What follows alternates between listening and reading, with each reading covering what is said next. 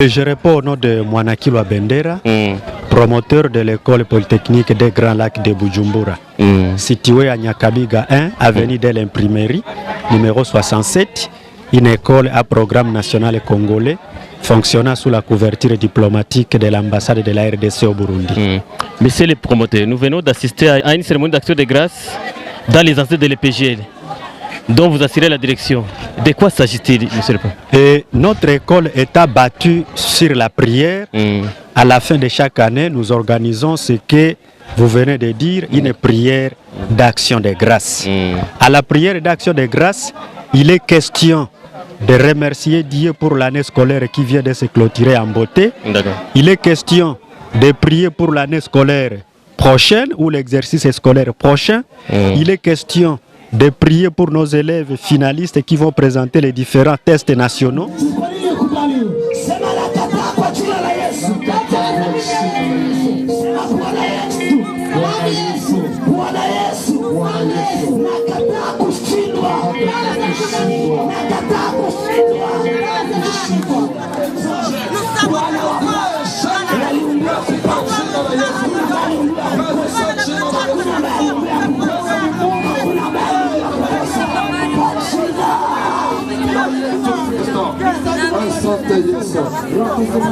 Sema bye bye CCM. Sema bye bye CCM. Sema bye bye Exeta. Sema bye bye Exeta. Sema université unanilogota. Sema université unanilogota. Université unanilogota.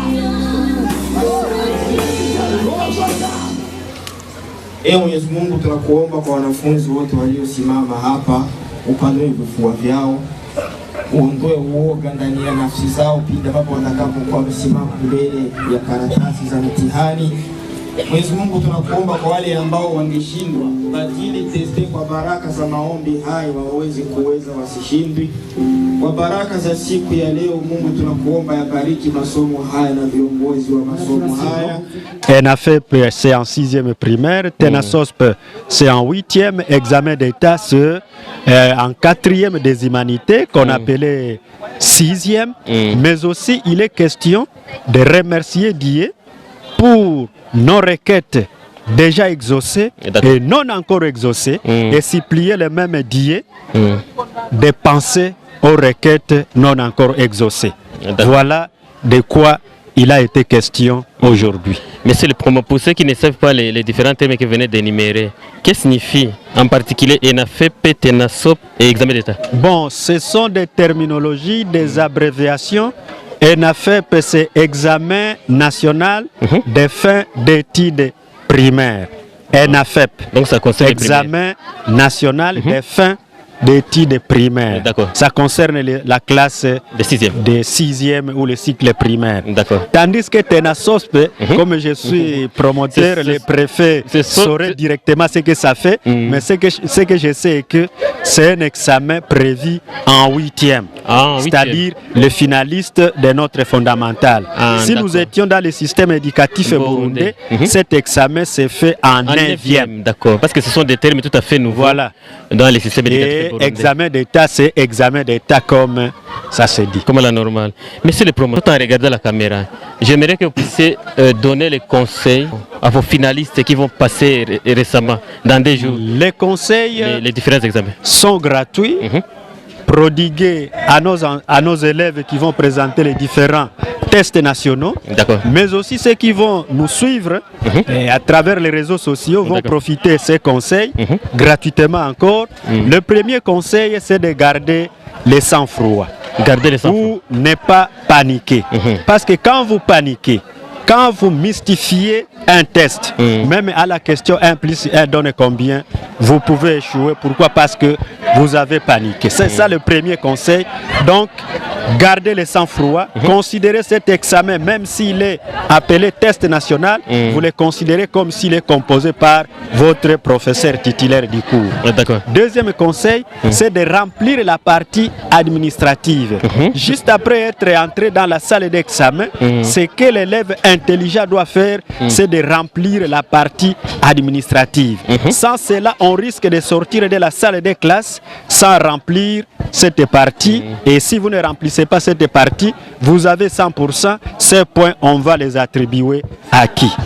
Autre conseil, troisième conseil, c'est la compréhension. Comprendre la question. On ne peut pas répondre à une question à laquelle on n'a pas bien... Il faut d'abord comprendre la question, et la compréhension de la question vient d'une lecture sûre et lente. Et quand vous comprenez la question, en français on dit les premiers sentiments sont toujours les plus naturels. Les réponses qui viennent juste quand vous lisez la question, il faut d'abord les mettre sur brillant. Et le quatrième conseil, c'est d'accepter d'avoir 0. En d'autres termes, ne pas tricher. Quand la réponse ne vient pas, acceptez d'avoir 0. Pourquoi? Parce que un examen peut avoir 4 questions. Vous réussissez aux 3 questions. Vous trichez la 4e question.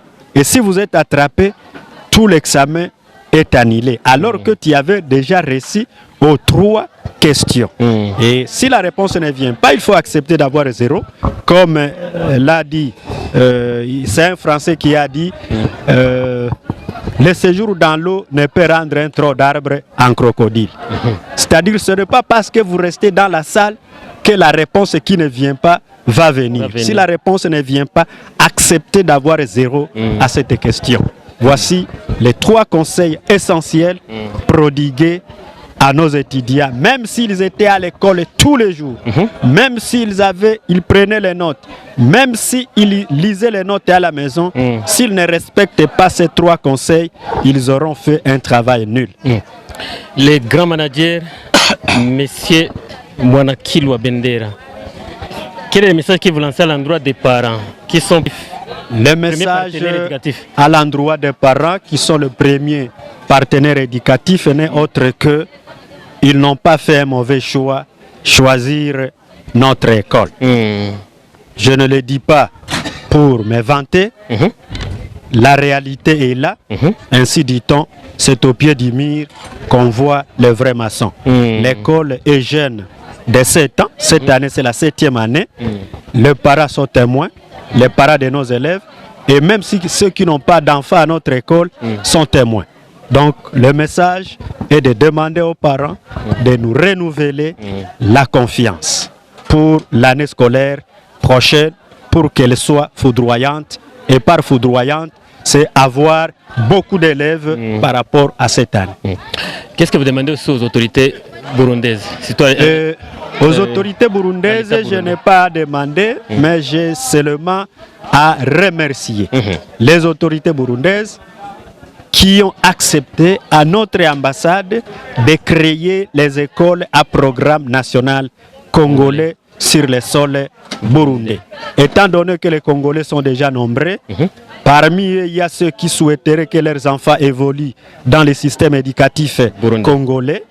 L'ambassade est allée saisir son collaborateur qui est le ministère des Affaires étrangères et ce dernier a marqué son accord. Cela n'est pas facile. Il faut me demander, au Burundi, nous avons combien d'écoles à programme national congolais? Je ne sais pas si un système éducatif étranger aurait un nombre d'écoles comme celui qu'a l'ambassade de la RDC au Burundi.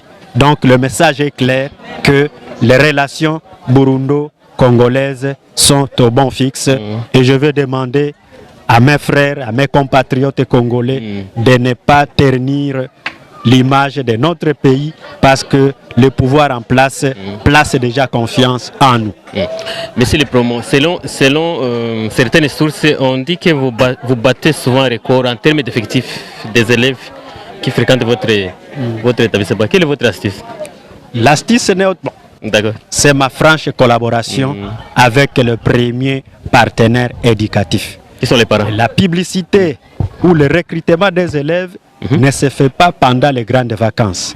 Le recrutement des élèves, la publicité se fait au cours de l'année scolaire. Ce sont ces mêmes parents qui doivent faire la publicité de l'école.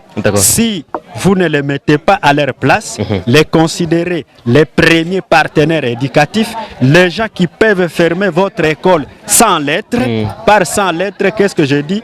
S'ils décident aujourd'hui d'amener les enfants ailleurs, ce n'est pas l'ambassade qui va venir demander aux parents pourquoi vous amenez les enfants ailleurs. Ce n'est même pas le gouvernement, parce que les mêmes parents vont demander, quand nous les avons amenés là-bas, est-ce que nous avons été obligés par vous? Donc il y a une franche collaboration. Voilà pourquoi, à part les frais scolaires payés par les parents, ils fournissent d'autres efforts. Nous avons 4 portes et fenêtres fabriquées par les parents. Nous avons le banc pupitre fabriqué par les parents. Ils cotisent à part les frais scolaires, ce qui n'est pas facile pour une école privée. Monsieur le Premier, quelqu'un pourrait dire, est-ce qu'au courant de l'année prochaine, est-ce que vous allez majorer les frais scolaires restent les mêmes. Parce que nous avons un peu revu à la hausse l'année passée. On garde les statu quo. D'accord. Monsieur le promoteur, tout en regardant la caméra, est-ce que vous avez un dernier mot à l'endroit de tous les internautes qui nous suivent? Et les derniers mots, c'est de féliciter d'abord les Bondiers qui a été avec nous du début à la fin de cet événement, de cette prière d'action de grâce, et aussi demander à tout le monde de nous amener les enfants. Ils ne vont pas être déçus. Merci beaucoup. C'est nous qui vous remercions, messieurs les journalistes.